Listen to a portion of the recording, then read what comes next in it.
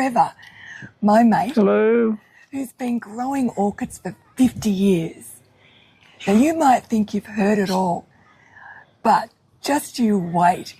We're going to talk about some incredible tips and tricks that Trevor's generously going to share with us. So, Trevor, let's just get straight into it with tip number 1. Okay. Quite often, most growers may have orchids that either don't want to grow well or they're slow, or sometimes you have a really good orchid and when you repot it you have a back cut that you'd like to keep or like to grow. Well, on all Cattleyas, they have generally 2 eyes each side of a lead. Most Cattleyas will shoot from one lead at a time, and so they have a dormant eye on most of the old leads. Yeah. So if you're doing a back cut, when you're repotting, a back cut is the back section of the orchid. Quite often when I repot, I will cut off the lead 3 or 4 leads, starting at the new one and counting back 3 or 4, and then you might have a couple of leads left over.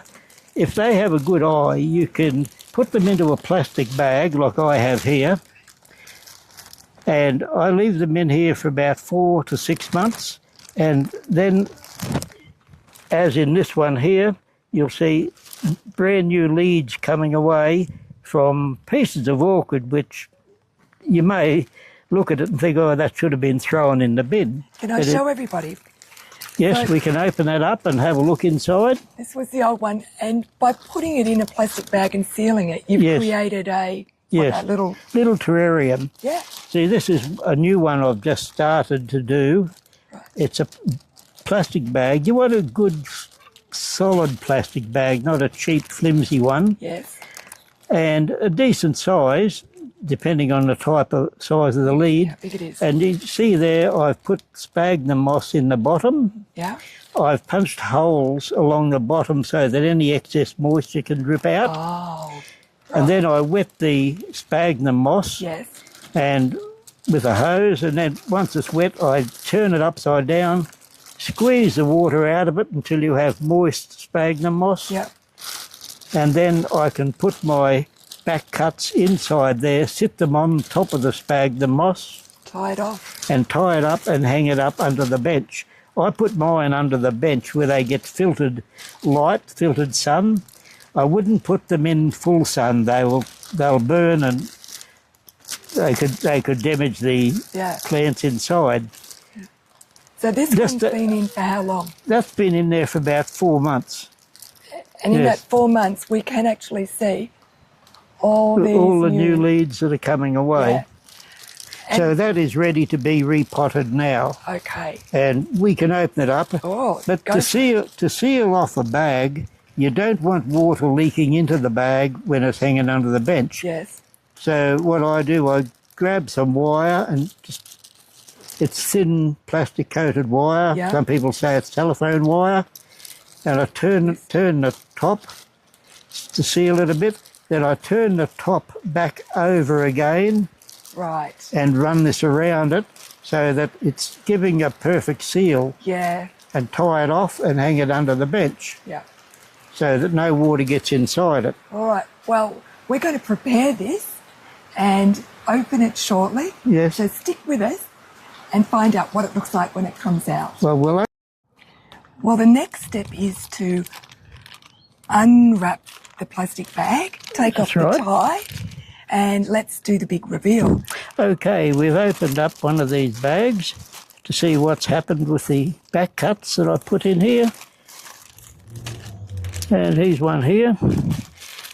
Now you can see on this one, it's got 2 brand new leads coming away and a massive root system that's come out and is into the sphagnum moss.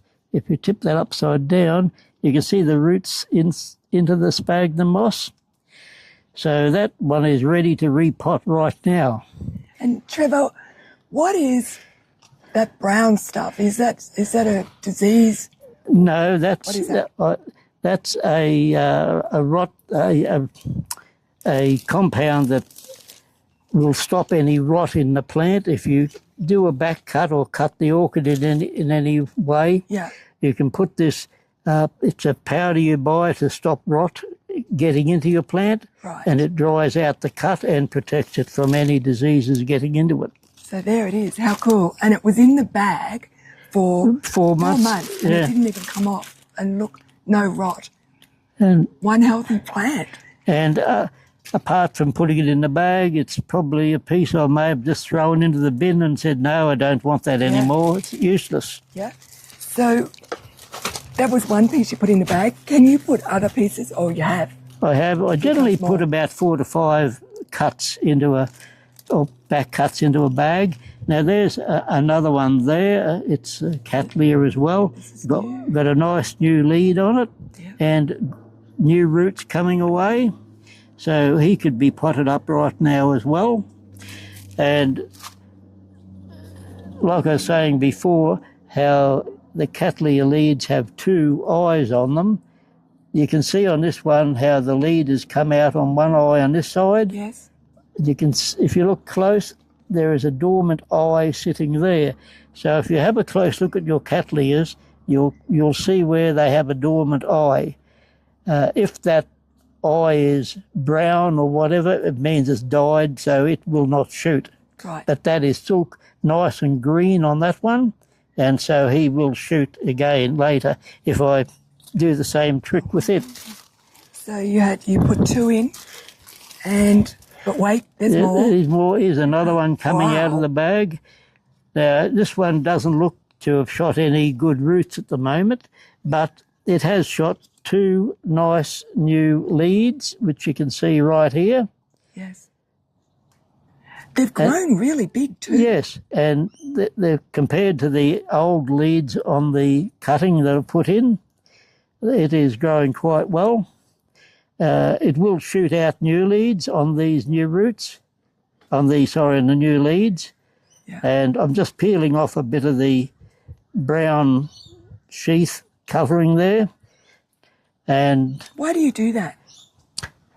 I like peeling off the sheath on a Cattleya orchid, particularly when they do go brown or black in this case because of the moisture, to keep the plant clean, Yeah. but also it's a place where diseases or pests can hide. Right. So it just helps keep your plant, well, in my opinion, a bit healthier. Yeah. Yeah. And on established plants that have been in pots for, say, 18 months or 2 years, you'll quite often see the old sheath, the coating here, will go brown. Yes. I find that is easier to peel off when it is wet, either after watering or after a couple of good showers of rain. It peels off much easier. Right. But if you're doing it in the morning, you must be very careful not to snap a lead because they are quite brittle in the morning. It's probably best to do it in the late afternoon. Okay. The leads will be just a bit stronger and less susceptible to snapping off. Yeah. Yeah. Well, here's 3 examples That's that right. you would have thrown out or I people would have thrown normally out. throw And But now I've got 3 plants that I can pot up and either keep or give away. yeah. And Yeah. And it's an example that you can resurrect old cuttings. just in the bag. In It the is bag quite with- strong. Yeah. And will you now reuse that or just throw it? No. It's I will throw the bag and the old sphagnum moss out because it has now seen its day. Yeah. It's done its purpose. It doesn't look too bad, but some of them get quite brown. So Well, there that's you it. have it. One of Trevor's hot tips. You've heard it right here. And if you have back cuts that you would normally just throw out, why don't you try this and see how you go? Trevor told me he's been using this technique for decades and continued success. It works all the time. Very rarely do you have a back cut or a plant in there that will die. Yeah. If it's got a couple of good leads, I wouldn't put 1 lead in by itself, but if you've got 2 good leads on it, I would try it. Well, thank you, Trevor. That's a great tip. Thank you. Stick with us because there's more. That's right.